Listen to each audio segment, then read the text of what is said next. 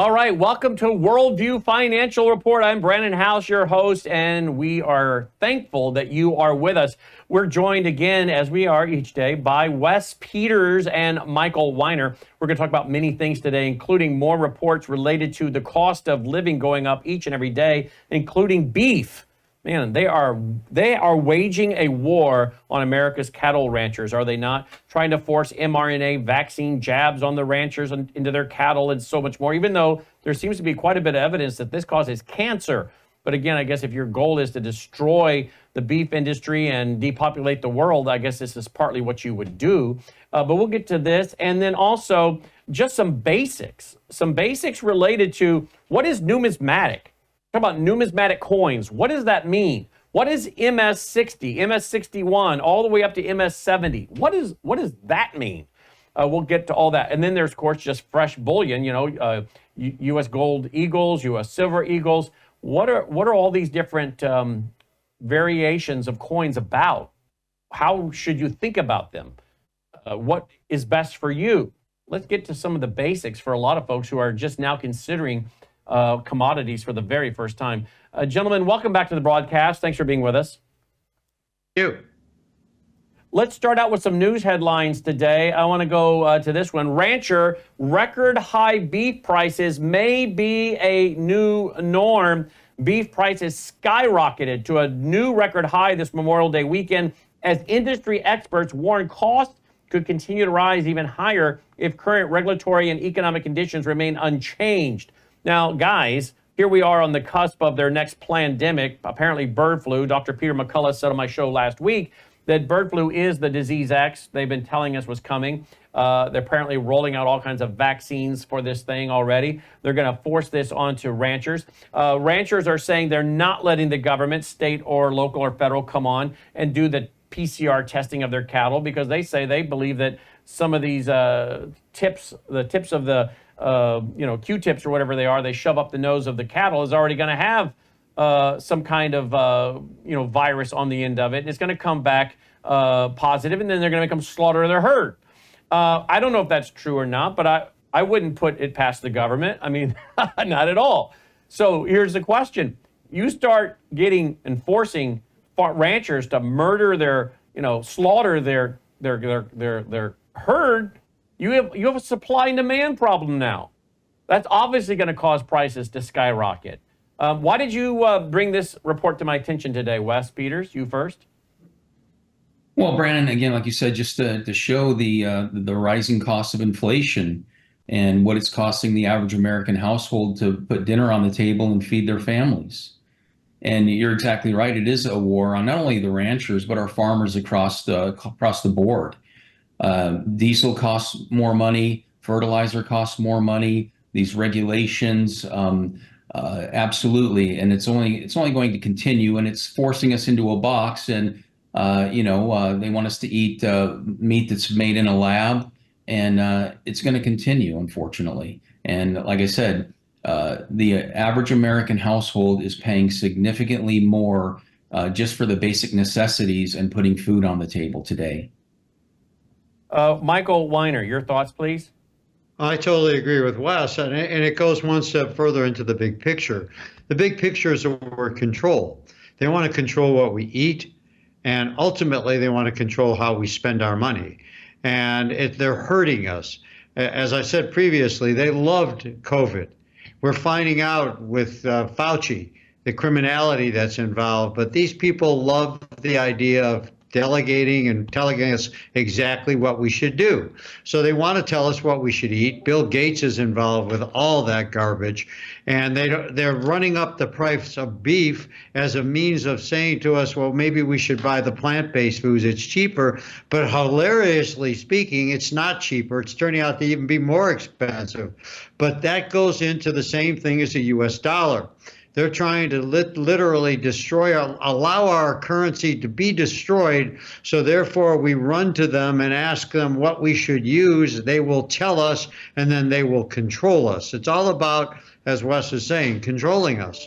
And it goes back to our money ultimately, which is how they tell us how to spend it or when we shouldn't be able to spend it, literally. And I agree with all that. again, I hate to always refer to the series I did back in October of 2021. It was The Great Collapse is Necessary for the Great Reset. And I went through October of 2021. And I went through, it was like 7 or 8 one-hour shows over that 7 or 8 weeks. And I went through, I think, like 7 or 8 Fs. 7 or 8 Fs that were necessary for collapse and control. Food, finances, firearms, family health care, foreign invasion, et cetera, et cetera. Food. Here we have the Rockefellers. They put out a report in 2020, reset the table. I began warning my audience then. These guys plan on destroying the food supply and are creating some kind of crisis, I think, and trying to nationalize the food. That's right out of the Communist Manifesto, right? Nationalizing about everything you can. And now we see this assault on farmers and the food supply. Dr. Peter McCullough last week on my broadcast said, bird flu is the new disease X. And I said, Doctor, bird flu checks all the boxes. If I were them and I were trying to accomplish what they've already stated are their goals, getting rid of cattle that pass gas, getting rid of farmers, getting rid of nitrogen-based fertilizers, et cetera, bird flu checks all the boxes. Now you can get rid of milk cows, you can get rid of beef cattle, you can get rid of chickens and eggs, and you can then push your synthetic meat and garbage that many of these guys are also invested in. So he said, yeah, they're going to cause a food crisis. Dr. Peter McCullough, the world-renowned internist, cardiologist, epidemiologist, is saying they are going to cause a food shortage. And I think this is part of the food, the F, that I mentioned in the Great Collapse is Necessary for the Great Reset. Listen to what this article says. The beef cattle supply has already dropped to its lowest point in decades, further contributing to the rise in the price of beef and renewing concerns over the long-term health of the nation's farming community. A series of 7 droughts, coupled with government policies that continue to favor large industrial food processors, has reduced the nation's supply of beef cattle to a level not seen since the early 1950s, according to Mr. Tupper. Further exacerbating the shortage, increasing acres of cattle farms are being purchased by larger companies that, after acquiring them, often use them for alternative purposes, further decimating the supply of available beef. Currently, the nation's most prolific farmland owner is Bill Gates, founder of Microsoft, and an anti-meat activist. By 2023, Mr. Gates claimed he owned about 270,000 acres spread across 18 states. Mr. Gates, an investor in Upside Foods, one of the 2 synthetic meat producers approved by the USDA, has been vocal about his belief that meat alternatives are needed to save the world from upcoming catastrophic climate events caused by greenhouse gases. In a 2021 interview with Technology Review, Mr. Gates said well-off nations need to switch to be completely weaned off living, breathing cows. Quote, all rich countries should move to 100% synthetic beef. You can get used to the taste difference, and the claim is they're going to make it taste even better over time, end quote, Mr. Gates told the interviewer. Quote, eventually that green premium is modest enough that you can sort of change the people or use regulation to totally shift demand. So for meat in the middle income and above countries, I do think it's possible, end quote.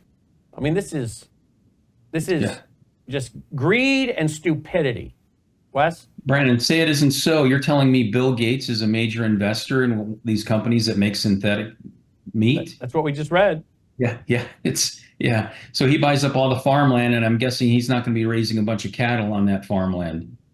He's just buying up the farmland, putting these cattle ranchers and other farmers out of business.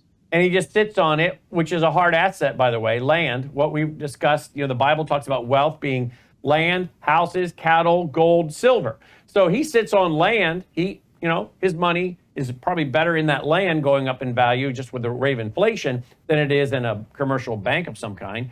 And he gets to accomplish his goal, I think, as you said, taking it away from ranchers to raise cattle on, which then, takes out competition and pushes them toward his synthetic meat. So he seems to be winning all the way around. Right. Mike? Well, he also is the one controlling the land that'll be involved with plant-based foods. So he's also making money. You know what's interesting about these people is you'll find Bill Gates when he's talking about his plant-based food over at Mastro's having a steak. It's the same thing as the governor of New York, of California, telling everybody to wear masks and get vaccinated, and he's over having dinner with his pals with no masks at some fancy restaurant in Napa. The reality is it's all about control. When you talk about these other items, be it guns or food or anything else, it's ultimately always about control. I've always said they're not going to bother too much with gun control because if they make prices so high, you'll sell your guns to eat. That's the reality. And they're playing this game. That's why we talk to people so much about the fact of what do they actually control financially. They don't control their paper assets. They have no control on them. They have to call people and ask them and hope that they'll have some sort of recompense coming back to them and get their money.